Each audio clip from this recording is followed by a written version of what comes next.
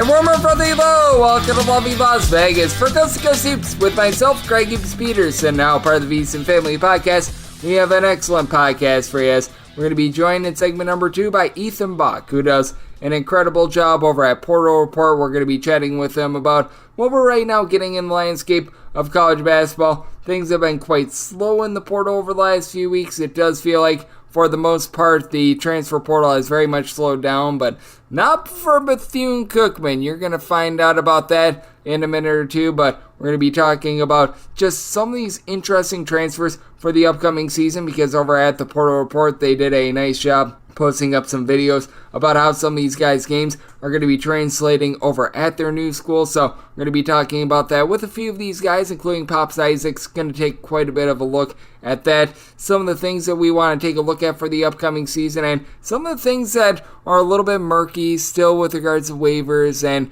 we find that year in and year out with the NCAA. So we're going to be chatting about that, a little bit about some of these teams that are going a little bit under the radar, like a Minnesota as well. And then here in segment number 1, we saw Bethune-Cookman actually do a really nice job picking up quite a few pieces.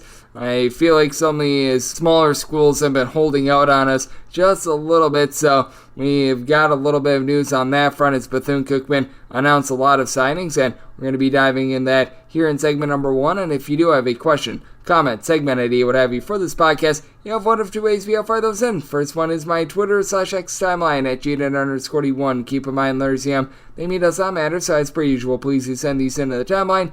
The other way is find an Apple Podcast review. If you rate this podcast 5 stars, it is very much appreciated. From there, you're able to fire in whatever you'd like to hear on this podcast via that 5-star review, and would love it if you guys send in some of these Twitter/X questions, because that's truly the only way I know what you guys want to be hearing on this podcast, what you need to get set for the upcoming college basketball season. So please do send in the Twitter/X questions that you do have. But how about if we take a look at the haul that Bethune-Cookman announced on Monday, as they're bringing in quite a few interesting guys. The guy that is towards the top of the list for me, Jesus Cavallero. Last season, he was just not able to get out there on the floor for Missouri. He only averaged about 2 points, 1.5 assists per game, and he just was a real non-factor. But while he was over at Campbell a few seasons ago, was a very rock-solid player, has been dealing with injuries over the last few seasons, and it looked like he was going to be going to UT San Antonio. Meet me for the Roadrunners, who they added about 17 players here in the transfer portal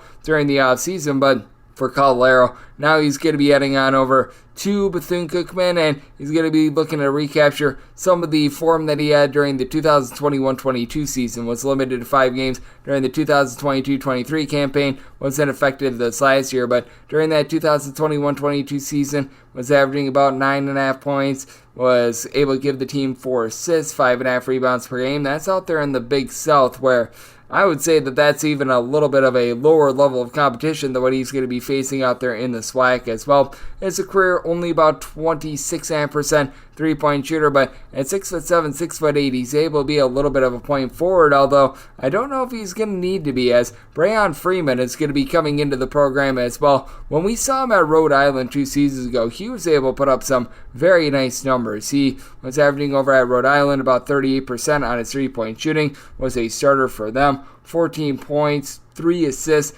1.2 steals per game, was over at Coastal Carolina this last year, played in literally 4 games. I don't know if he got injured. I don't know if it was a case where he just wasn't a fit, but everything went wrong for Coastal Carolina last season, so it is all on the table there. But being a Brayon Freeman, that's a really nice get. And then G&I Hunt, he was the main facilitator for CSUN, aka Cal State Northridge, for about half the season last year. He is a well-traveled man, was a part of that Oregon State team that was able to make the Elite Eight many years ago, but for G&I Hunt last season while he was over at CSUN, was able to give the team a little bit over 10 points per contest, and he's able to be a little bit more off the ball if needed. He's able to be a main facilitator if needed, as well as I was mentioning with CSUN this last season. He was able to average those 4 assists per contest while he was over at Sacramento State, more like 3.3 assists per game, and shot 37% from three-point range there. Meanwhile, over at CSUN last season, shot more like 29% from 3, but that's another guy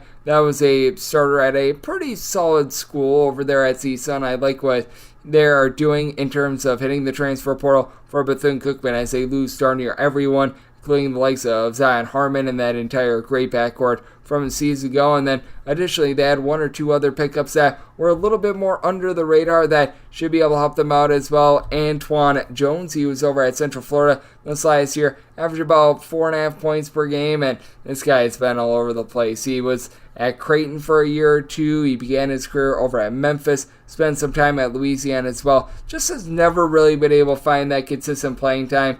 He's got some size at 6'6" and is able to pop it from three-point range as well. Someone that I feel like has been a little bit underutilized in a lot of these stops that he has made, and I believe that this is going to be like year number 7 for him as he began his college career during the 2018-19 season. So Van Wilder 2.0 here, but career about 33% three-point shooter, and really had his best year when he was a freshman over at Memphis, when he was averaging about 5 points, 3 boards, giving out 2 assists per contest. So at 6'6", has some nice versatility. Do think that is also going to be a really nice pickup for this team. Additionally, they're going to be bringing in Khalil Kamara. He was over at the Division II level over at West Virginia State this last season. And Daniel Ruzon, he played over at Manhattan this past season. He's also going to be coming into the mix, and this is one that I think is a little bit under the radar as well for Ruzon. Last season, it was an up and down season for him to say the least, but was able to log 11.5 points per game after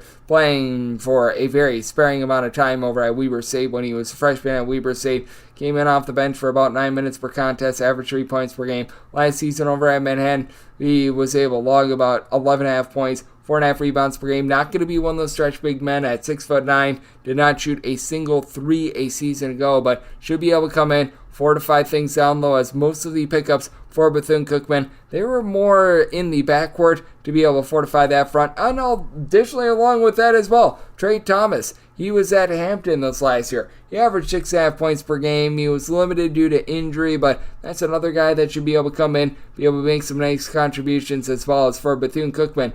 It appears as though it's going to be all about transfers for this team. They really don't have a lot that's coming back from this past season. I'm going to be trying to do my SWAC preview within the next week or so. We're going to need to get our SWAC master Herbert Seward on the line, as he does a great job looking at pretty much all things HBCU basketball. So we're going to need to get him in there, but that's Thomas. What he was able to do last season over at Hampton, was able to shoot from three-point range, only about 31% from the outside, but was a relatively okay defender as well, was primarily coming off the bench for them. So lots of additions being made by Bethune-Cookman. Perhaps we're going to be able to see a little bit more of this from a few of these other HBCUs as well. With HBCUs, I'm going to call it what it is. They're not necessarily the world's greatest at being able to get information out there. And they also do have Reggie Ward, who's going to be coming back from a season ago as well. So looking pretty rock solid out there for Bethune-Cookman. But what's even more rock solid is the insight that we get time and time again from Ethan Bock, who does great work over at the Portal Report. Also does a great job with West Virginia sports as well. He is going to be joining me next right here on Coast to Coast Hoops with myself, Greg Peterson, now a part of the Beast Family Podcast.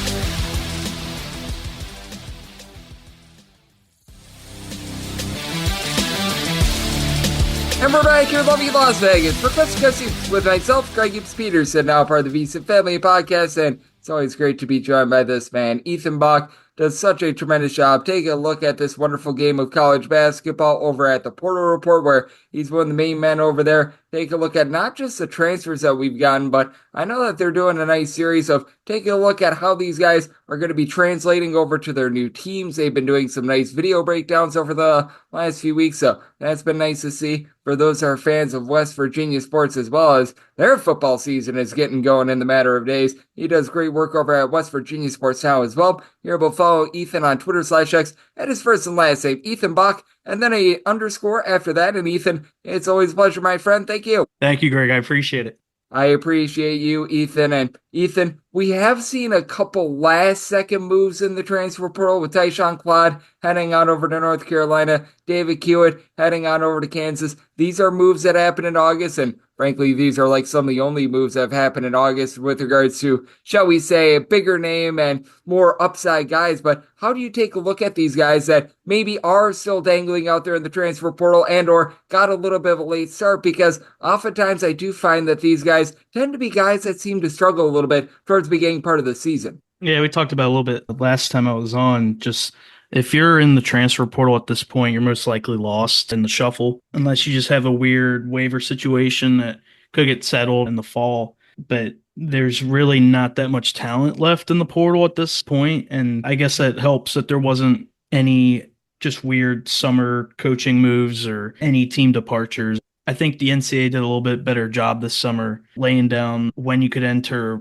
when grad transfers had to enter by. That's another thing we didn't get in August, or this month at least, was a grad transfer wave. So that was interesting as well. But yeah, I think at this point, if you have talent, you just got lost in the shuffle. Yeah, I'm right there with you. It's been very interesting to take a look at, to say the least. And I think that Keelan Boone is still out there, but really, other than that, it's pretty bare bones. And I know you guys have been now taking a little bit of a look at what we're going to be getting in terms of some of these transfers. I know that one of the guys that you broke down over at the Portal Report was Tremont Mark. Fact that he is going to be adding on over there to Texas after last season. He was doing a nice job over at Arkansas, a guy that's been well traveled throughout his college basketball career. But just when you break down the tape, obviously Mark is one of those guys that feels like you and others over there at the Portal Report see a little bit of upside on. But are there a few guys that are really popping out at you that when you take a look at their game and you compare it to where they're going to, that you think that they're just going to be a home run transfer and they're going to be able to go in right away and have success? Yeah, I'll kind of stay on that Texas pipeline almost. This time it was a departure, but Dylan Mitchell going from Texas to Cincinnati, and just what Wes Miller has bringing back with the Bearcats and just the style he plays, I think Dylan Mitchell's going to fit in pretty well, if not really well, with all the pieces they bring back: Day Thomas, Dan Skilling, Seamus Lukosius, etc., Jizzle James as well. This is just like the perfect opportunity where UC can get back to the tournament for the first time since Mick Cronin was there and kind of just be that tier two just behind all the blue bloods in the conference. Yeah, and I do think that that is going to be so fascinating to look at with regards to Texas, what they're going to be able to do now in the SEC. And I know you guys highlighted this man as well, joining me on the show. We do have Ethan Bock of the Portal Report joining me on Coast to Coast Soups, and that'd be Pops Isaacs. You've had a chance to be able to see him up close and in person as he spent the last few years out of the Big 12, put up some nice numbers over at Texas Tech. How do you think that he's going to translate over to a Creighton bunch that I think that with regards to Creighton, even though they do lose a few guys like Baylor, Shireman and company from a season ago, they're still going to be rock solid out there in the Big East. And I think he does a great job of filling in for what was lost in the offseason for them. Yeah, Pop Isaacs to Creighton was like a really interesting move to me. It just doesn't seem to fit on paper when you just say Pop Isaacs to Creighton. I think the style of Pop Isaacs will work as long as he can be able to share the ball with another ball handler. It worked last year when he had Joe Toussaint as well. But at the same time, he needs the ball in his hands. He needs his usage rate to be up. And Creighton returns key pieces as well. So it's an interesting move. I think it will end up working out, but it just like this is one of the moves this offseason where it's like Pop Isaacs to Creighton. Okay, that it makes sense on the floor, but it just sounds weird when you say it. Yeah, it really does. And I was a little bit skeptical at first, to your point, but the more that I look at Creighton, because it's not like they've been running as up tempo as in past years. And as we recall with Texas Tech, they weren't the slowest team in all of college basketball, unlike what we were seeing for Grant McCaslin when he was over at North Texas. Obviously, a little bit of a slower team, but I feel like there might be a few more similarities than what people might think of from like your father's Texas Tech and your father's Creighton, and that these two teams have evolved a little bit over the last few years. I think with Pop Isaacs going to Creighton, it's Greg McDermott. I'd really doubt what the talent Pop Isaacs has and the coaching ability and the development ability Greg McDermott has, that's not going to work out. Like I said, it's just an interesting move. And Texas Tech was able to just retool off of the Pop Isaacs loss with who they've got in the portal. Elijah Hawkins will now take over the one from Minnesota. So I think Texas Tech's doing all right as well. Yep, absolutely. I did love that move, and I do think that that is going to be one that pans out quite well with Hawkins being able to do a nice job of being able to reduce on the transfers. And that team that he goes away from in Minnesota, I feel like that's a team that has really been under the radar because we talk about all these great teams and what they've done in the offseason, like Kansas, no doubt about it. A-plus job out of them. Baylor, A-plus job out of them. And then you've got like teams with a bunch of moving parts like Louisville, with Kentucky, Arkansas, teams that undergo a coaching change. But how do you view what Minnesota has done this offseason? Because I honestly think that they've retooled quite well. They're going to be returning one of their main men from a season ago, and that Dawson Garcia is a guy that is such a tough matchup in general. And with Minnesota, I thought that they did a really good job of bringing in some talent this offseason. Just with how we've talked about it before, with how conference realignments shift in college basketball and more specifically than football. Minnesota and the rest of the Big Ten are just in a weird spot of you add these four Pac-12 schools. It's going to be hard to judge where like Washington, Oregon, UCLA, USC all fit within the Big Ten. But if you were just looking at a regular Big Ten conference, I think Minnesota did a fine job in the portal. Like you said, they return guys, but they also bring in quality pieces. And that's something I feel like their program's been missing the last couple years. It's a little bit different this year than them losing their top couple guys to the transfer portal and then them having to do pretty much full on rebuild. So now I feel like Minnesota's in a spot where, yeah, they return a couple key pieces, and then as well, they also have nice pieces from the portal. Yep, absolutely. Bringing in Femi Odakale, I think, is a relatively nice move. In the back half of the offseason, they were able to bring in Lucille Patterson as well. So I do think that there's quite a bit of upside here with Minnesota. I think that they've done a nice job of being able to retool as well. I think that Frank Mitchell is going to be able to come in. He's going to be able to do some nice work for a Gophers team that, for those that were betting on them last season, they were able to do an absolutely tremendous job. So absolutely love that. And just in terms of that topic as well, teams that maybe we're not going to be viewing them as like top 10, top 15 teams, but perhaps they've done a nice job in the portal that is being a little bit under the radar. Are there a few teams that come to mind? Because Minnesota was certainly one of them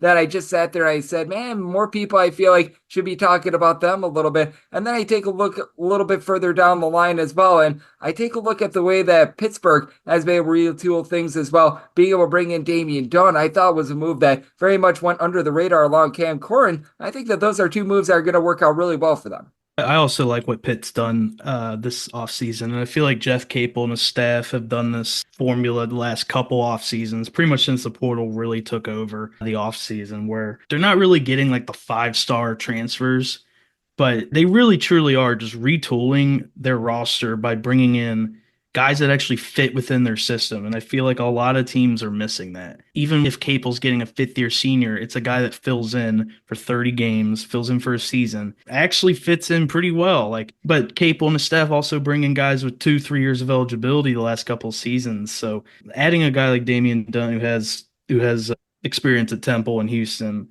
and then Corrin from Florida State, who has ACC experience. I'm not too worried. I know they lost Blake Hinson and Bob Carrington to the NBA, but I think with Jalen Lowe coming back, they're going to have an opportunity to get back to the tournament. Yep, I'm right there with you. And I think that ACC is going to be so interesting as well. And that UNC is a bunch I am sure they're going to be right there towards the top of the conference, but I have a few question marks there. Obviously, Duke is going to be very rock solid, but outside of that, Wake Forest is a team that I really do like. I think that Steve Forbes is finally going to get them to the NCAA tournament, but when it comes to the ACC, I think that they're improved in terms of the bottom teams. I don't think that you're going to have like that just dreadful Louisville team like we saw last year with Pat Kelsey being able to take that over. I think that Notre Dame is going to be very much improved. And I just take a look at the ACC almost as like a poor man's Big Ten, where the Big Ten had just a lot of teams in the middle. I don't think that the ACC is quite up to stuff there. Instead of having a bunch of teams that are hovering right around like 40 to 50, I think that more of those teams going to be in more like the 60 to like 75 range. But I do think that for the ACC, that middle is very much improved. But other than Duke, North Carolina, and perhaps Wake Forest, I do question who those top teams are going to be. I think everybody's in agreement. The ACC is not what it used to be, but at the same time, the ACC's been getting a lot of disrespect the last couple seasons, and especially last season. I mean, a 10th place team in NC State makes the Final Four. Like, yeah, they got hot at the right time. And yeah, they probably in 99.9% of other NCAA tournament simulations, they don't make the Final Four or even reach the NCAA tournament. At the same time, though, the ACC last season was heavily disrespected, but I agree. I think Louisville will be back on track to where they're not winning 4 or 9 games under Pat Kelsey. I don't think that's going to happen. I think Pat Kelsey has the coaching ability to actually get his talent to win double figures in the season. So there's that. But even the additions of Cal, Stanford, SMU, I think they're going to be able to at least hang in there. I don't think they're going to really be knocking on the door in the top 6, 7 of the ACC, but I don't think they're going to bring the conference totally down in any way. Yep, no doubt about it, because there have just been some big, giant, rusty anchors in terms of this conference that have just completely carried them down. Much less of that now than what we've seen over the last few years, as Ethan Bock, who does an absolutely amazing job over at the Porter Report, is joining me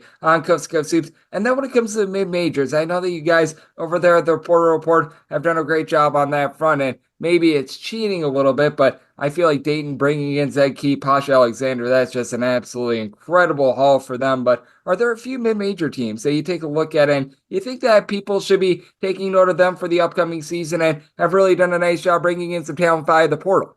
Yeah, I think Ron Hunter at Tulane has had definitely an interesting tenure there. It's been a really good hire.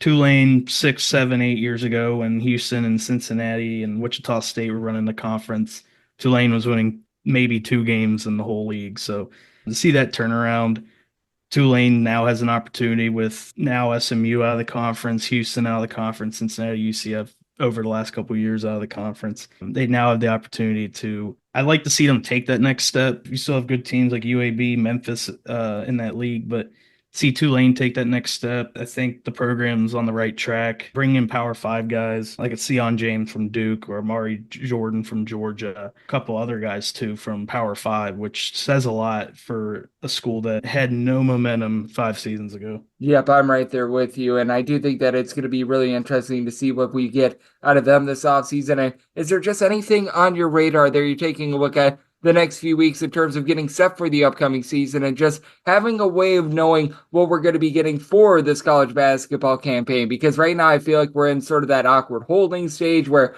we've got a few teams that are on foreign trips, but really the hay is in the barn when it comes to taking a look at these teams in terms of the rosters itself. It feels like what is said unless if we see something very strange in terms of the waiver period. But is there anything that you're keeping your eye on that could be telling for what we get this upcoming season? I'm really interested to see how the NCAA handles just the waiver situations. It seemed like all of non-conference play, guys were either getting accepted or denied of their waiver. And eventually a couple court cases go through and then everybody can play. So I'm curious to see how the NCAA handles some of these guys that entered in June that now could have an extra year of eligibility. I think they've made it even more difficult and just more complicated to their own stuff. But just the season in general, it's going to be interesting also to see how teams still develop with trying to just cater to everybody on the roster. Now anybody can transfer out in the offseason no matter how many times. So are we finally going to see a turn of teams like Houston, UConn, Baylor, et cetera, who've been able to keep everybody happy, retain players while adding great players from the portal?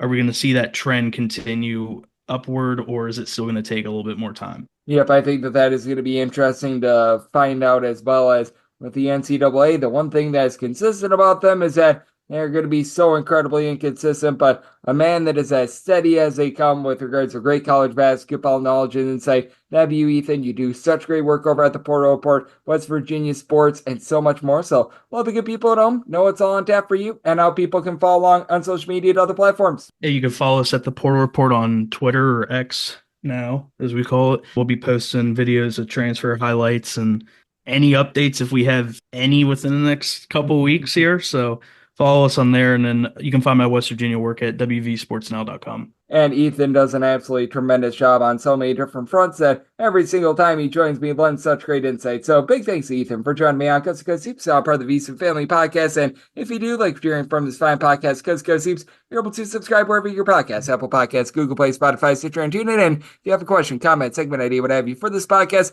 one or two ways we offer those in. First one is my Twitter/X timeline at June_41. Keep in mind, letters EM, they mean does not matter. So please just send those into the timeline. And other ways, find an Apple Podcast review. If you rate this podcast 5 stars, it is very much appreciated. From there, you're able to fire on whatever you'd like to on this podcast via that 5-star review. Be on the lookout for some more conference previews. I'm planning on doing the SWAC and the Sun Belt over the next, we're going to call it about 10 or so days. Hopefully I can get those done in the next 7 days, but those are on the horizon. Please do send in those Twitter/X questions because I want to know what you want to be hearing on the podcast, as I'm with you guys every single day on this podcast, regular season and off season, all 366 days this year. So I'll be back with you once again tomorrow. Thank you.